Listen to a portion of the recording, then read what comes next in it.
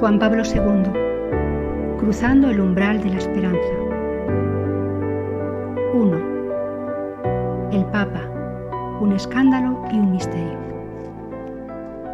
Pregunta. Santidad, con mi primera pregunta quisiera remontarme a las raíces. Me excusará, pues, si es más larga que las siguientes. Estoy ante un hombre vestido de blanco, con una cruz sobre el pecho. No quiero dejar de señalar que este hombre al que llaman Papa, Padre en griego, es en sí mismo un misterio, un signo de contradicción e incluso una provocación, un escándalo, según lo que para muchos es el sentido común. Efectivamente, ante un Papa hay que elegir. El que es cabeza de la Iglesia Católica es definido por la fe vicario de Cristo. Es considerado como el hombre que sobre la tierra representa al Hijo de Dios, el que hace las veces de la segunda persona de la Trinidad. Esto es lo que afirma todo Papa de sí mismo. Esto es lo que creen los católicos. Sin embargo, y según muchos otros, esta pretensión es absurda. Para ellos el Papa no es representante de Dios, sino testigo superviviente de unos antiguos mitos y leyendas que el hombre de hoy no puede aceptar. Por lo tanto, ante usted es necesario, diciéndolo al modo de Pascal, apostar: o bien es usted el misterioso testimonio vivo del Creador del universo, o bien el protagonista más ilustre de una ilusión milenaria. Si me lo permite, le preguntaría: ¿no ha dudado nunca, en medio de su certeza de tal vínculo con Jesucristo y por tanto con Dios? ¿Nunca se ha planteado preguntas y problemas acerca de la verdad de ese credo que se recita en la misa y que proclama una inaudita fe de la que usted es el garante más autorizado? Respuesta. Quisiera empezar con la explicación de las palabras y de los conceptos. Su pregunta está, de un lado, penetrada por una fe viva y de otro, por una cierta inquietud. Debo señalar eso ya desde el principio y, al hacerlo, debo referirme a la exhortación que resonó al comienzo de mi ministerio en la sede de Pedro. No tengáis miedo. Cristo dirigió muchas veces esta invitación a los hombres con que se encontraba. Esto dijo el ángel a María: no tengas miedo. Y esto mismo a José: no tengas miedo. Cristo lo dijo a los apóstoles y a Pedro en varias ocasiones, y especialmente después de su resurrección. Insistía: no tengáis miedo. Se daba cuenta de que tenían miedo porque no estaban seguros de si aquel que veían era el mismo Cristo que ellos habían conocido. Tuvieron miedo cuando fue apresado y tuvieron aún más miedo cuando, resucitado, se les apareció. Esas palabras pronunciadas por Cristo las repite la Iglesia y con la Iglesia las repite también el Papa. Lo ha hecho desde la primera homilía en la plaza de San Pedro. No tengáis miedo. No son palabras dichas porque sí, están profundamente enraizadas en el Evangelio, son sencillamente las palabras del mismo Cristo. ¿De qué no debemos tener miedo? No debemos temer a la verdad de nosotros mismos.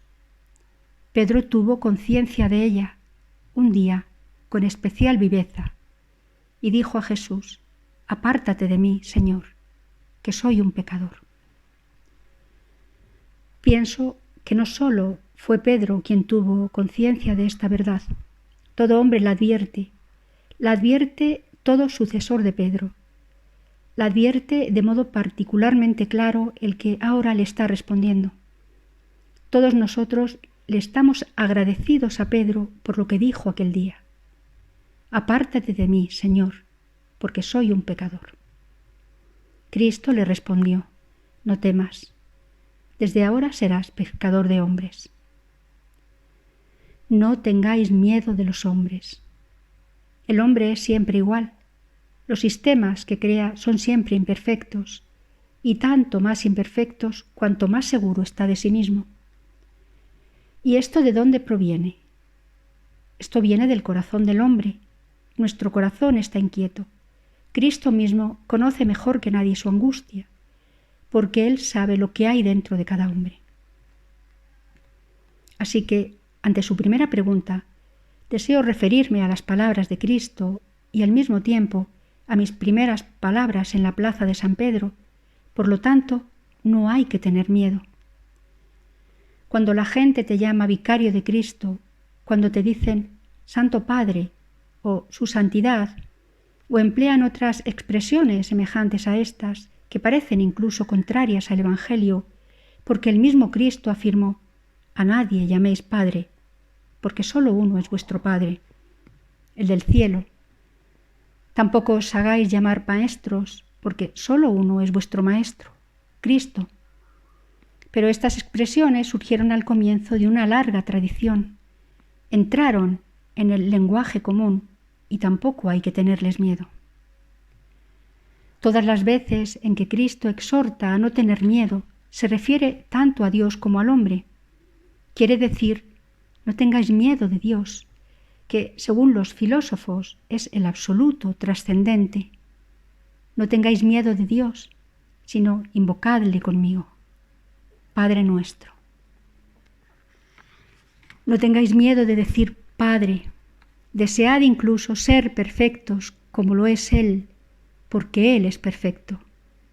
Sí, sed pues vosotros perfectos, como es perfecto vuestro Padre Celestial. Cristo es el sacramento, el signo tangible, visible del Dios invisible. Sacramento implica presencia. Dios está con nosotros. Dios, infinitamente perfecto, no solo está con el hombre, sino que Él mismo se ha hecho hombre en Jesucristo.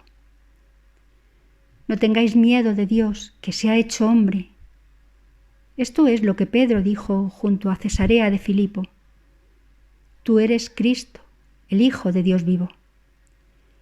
Indirectamente afirmaba, tú eres el Hijo de Dios que se ha hecho hombre. Pedro no tuvo miedo de decirlo, aunque tales palabras no provenían de él, provenían del Padre. Solamente el Padre conoce al Hijo y solo el Hijo conoce al Padre. Bienaventurado tú, Simón, hijo de Juan, porque no te ha revelado esto ni la carne ni la sangre, sino mi Padre que está en los cielos. Pedro pronunció estas palabras en virtud del Espíritu Santo.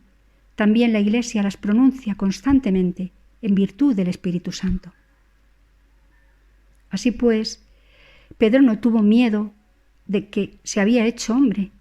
Sintió miedo, en cambio, ante el Hijo de Dios como hombre. No acababa de aceptar que fuese flagelado y coronado de espinas y al fin crucificado. Pedro no podía aceptarlo, le daba miedo, y por eso Cristo le reprendió severamente. Sin embargo, no lo rechazó. No rechazó a aquel hombre que tenía buena voluntad y un corazón ardiente, a aquel hombre que en el Getsemaní empuñaría incluso la espada para defender a su maestro.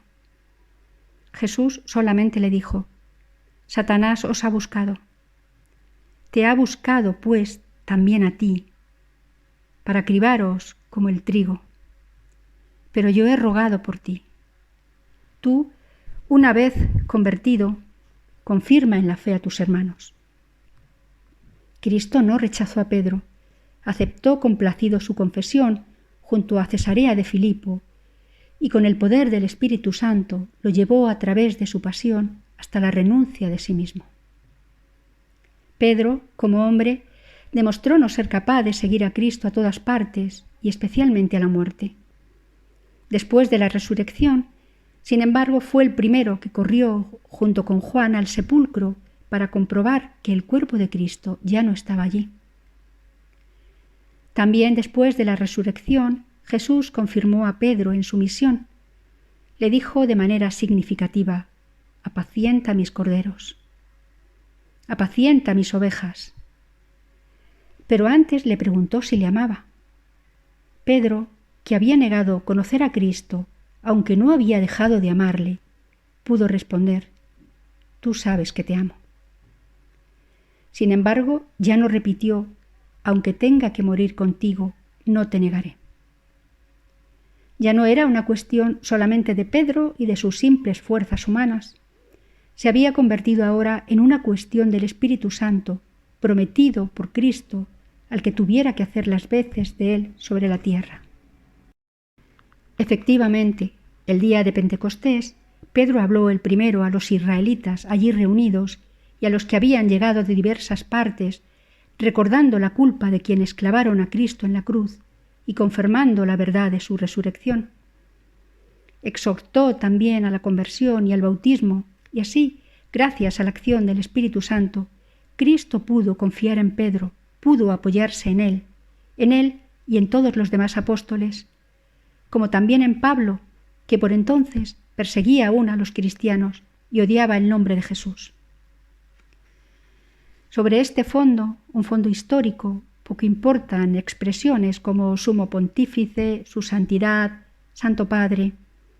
Lo que importa es eso que surge de la muerte y de la resurrección de Cristo. Lo importante es lo que proviene del poder del Espíritu Santo. En ese campo, Pedro y con él los otros apóstoles, y luego también Pablo después de su conversión, se transformaron en los auténticos testigos de Cristo hasta el derramamiento de sangre. En definitiva, Pedro es el que no solo no niega ya nunca más a Cristo, el que no repite su infausto «no conozco a este hombre», sino que es el que ha perseverado en la fe hasta el fin. Tú eres Cristo, el Hijo de Dios vivo. De este modo ha llegado a ser la roca, aun si como hombre quizá no era más que arena movediza. Cristo mismo es la roca y Cristo edifica su iglesia sobre Pedro, Pablo y los apóstoles. La iglesia es apostólica en virtud de Cristo. Esta iglesia confiesa: tú eres Cristo, el Hijo de Dios vivo. Esto confiesa la iglesia a través de los siglos, junto con todos los que comparten su fe, junto con todos aquellos a quienes el Padre ha revelado al Hijo en el Espíritu Santo, así como a quienes el Hijo en el Espíritu Santo ha revelado al Padre. Esta revelación es definitiva, solo se la puede aceptar o rechazar. Se la puede aceptar confesando a Dios, Padre omnipotente, Creador del cielo y de la tierra, y a Jesucristo, el Hijo de la misma sustancia que el Padre y el Espíritu Santo, que es el Señor y da la vida. O bien se puede rechazar todo esto y escribir con mayúsculas: Dios no tiene un hijo. Jesucristo no es el Hijo de Dios, es solamente uno de los profetas, aunque no el último, es solamente un hombre. ¿Se puede uno sorprender de tales posturas cuando sabemos que Pedro mismo tuvo dificultades a ese respecto? Él creía en el Hijo de Dios, pero no acababa de aceptar que este Hijo de Dios como hombre pudiese ser flagelado, coronado de espinas y tuviese que morir luego en la cruz. Cabe sorprenderse si hasta los que creen en un Dios único, del cual Abraham fue testigo, encuentran difícil aceptar la fe en un Dios crucificado. Estos sostienen que Dios únicamente puede ser potente y grandioso, absolutamente trascendente y bello en su poder, santo e inalcanzable por el hombre. Dios solo puede ser así. No puede ser Padre e Hijo y Espíritu Santo. No puede ser amor que se da y que permite que se le vea, que se le oiga, que se le imite como hombre, que se le ate, que se le abofetee y que se le crucifique. Esto no puede ser Dios. Así que en el centro mismo de la gran tradición monoteísta se ha introducido esta profunda desgarradura. En la iglesia edificada sobre la roca que es Cristo, Pedro, los apóstoles y sus sucesores son testigos de Dios crucificado y resucitado en Cristo. De este modo, son testigos de la vida que es más fuerte que la muerte. Son testigos de Dios que da la vida porque es amor. Son testigos porque han visto, oído y tocado con las manos, con los ojos y los oídos de Pedro de Juan y de tantos otros. Pero Cristo dijo a Tomás: bienaventurados los que, aun sin haber visto, creerán. Usted justamente afirma que el Papa es un misterio. Usted afirma con razón que Él es signo de contradicción, que Él es una provocación. El anciano Simeón dijo del propio Cristo que sería signo de contradicción. Usted, además, sostiene que frente a una verdad así, o sea, frente al Papa, hay que elegir. Y para muchos esa elección no es fácil. ¿Pero acaso fue fácil para el mismo Pedro? ¿Lo ha sido para cualquiera de sus sucesores? ¿Es fácil para el Papa actual? Elegir comporta una iniciativa del hombre. Sin embargo, Cristo dice: no te lo han revelado ni la carne ni la sangre, sino mi Padre. Esta elección, por tanto, no es solamente una iniciativa del hombre, es también una acción de Cristo que obra en el hombre, que revela. Y en virtud de esa acción de Dios, el hombre puede repetir: tú eres Cristo, el Hijo de Dios vivo. Y después puede recitar todo el credo, que es íntimamente armónico, conforme a la profunda lógica de la revelación. El hombre también puede aplicarse a sí mismo y a los otros las consecuencias que se derivan de la lógica de la fe, penetradas del esplendor de la verdad. Puede hacer todo esto a pesar de saber que, a causa de ello, se convertirá en signo de contradicción. ¿Qué le queda a un hombre así? Solamente las palabras que Jesús dirigió a los apóstoles: si me han perseguido a mí, os perseguirán también a vosotros. Si han observado mi palabra, observarán también la vuestra. Por lo tanto, no tengáis miedo. No tengáis miedo del misterio de Dios. No tengáis miedo de su amor. Y no tengáis miedo de la debilidad del hombre ni de su grandeza. El hombre no deja de ser grande, ni siquiera en su debilidad.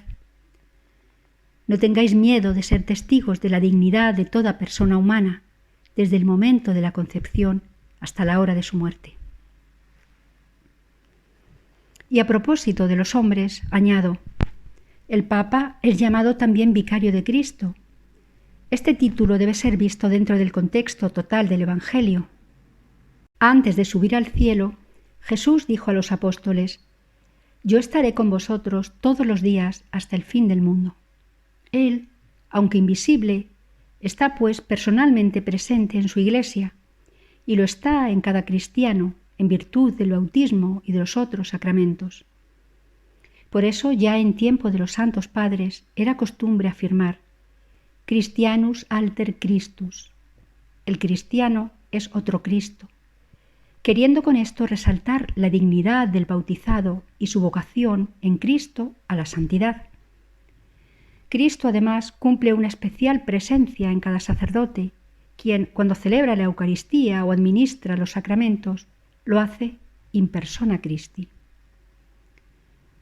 Desde esta perspectiva, la expresión vicario de Cristo cobra su verdadero significado. Más que una dignidad, se refiere a un servicio. Pretende señalar las tareas del Papa en la Iglesia, su ministerio petrino, que tiene como fin el bien de la Iglesia y de los fieles. Lo entendió perfectamente San Gregorio Magno, quien, de entre todos los títulos relativos a la función del obispo de Roma, prefería el de servus servorum Dei, siervo de los siervos de Dios.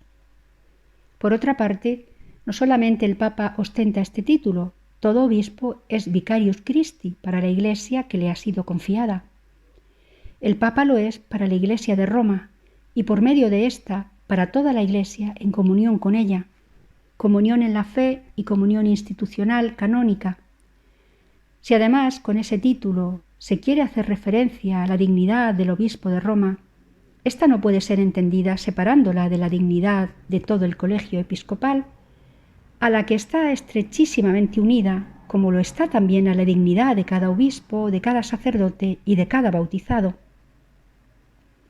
Y qué grande es la dignidad de las personas consagradas, mujeres y hombres, que eligen como propia la vocación de realizar la dimensión esponsal de la Iglesia, esposa de Cristo, Cristo, Redentor del mundo y del hombre, es el esposo de la Iglesia y de todos los que están en ella. El esposo está con vosotros. Una especial tarea del Papa es la de profesar esta verdad y también la de hacerla en cierto modo presente en la Iglesia que está en Roma y en toda la Iglesia, en toda la humanidad, en el mundo entero. Así pues, para disipar en alguna medida sus temores, dictados sin embargo por una profunda fe, le aconsejaría la lectura de San Agustín, quien solía repetir: Vobis sunt episcopus vobiscum Christianus. Para vosotros soy el obispo, con vosotros soy un cristiano. Si se considera esto adecuadamente, significa mucho más Christianum que no episcopus, aunque se trate del obispo de Roma. Fin de la primera pregunta. El Papa, un escándalo y un misterio, de Juan Pablo II. Cruzando el umbral de la esperanza.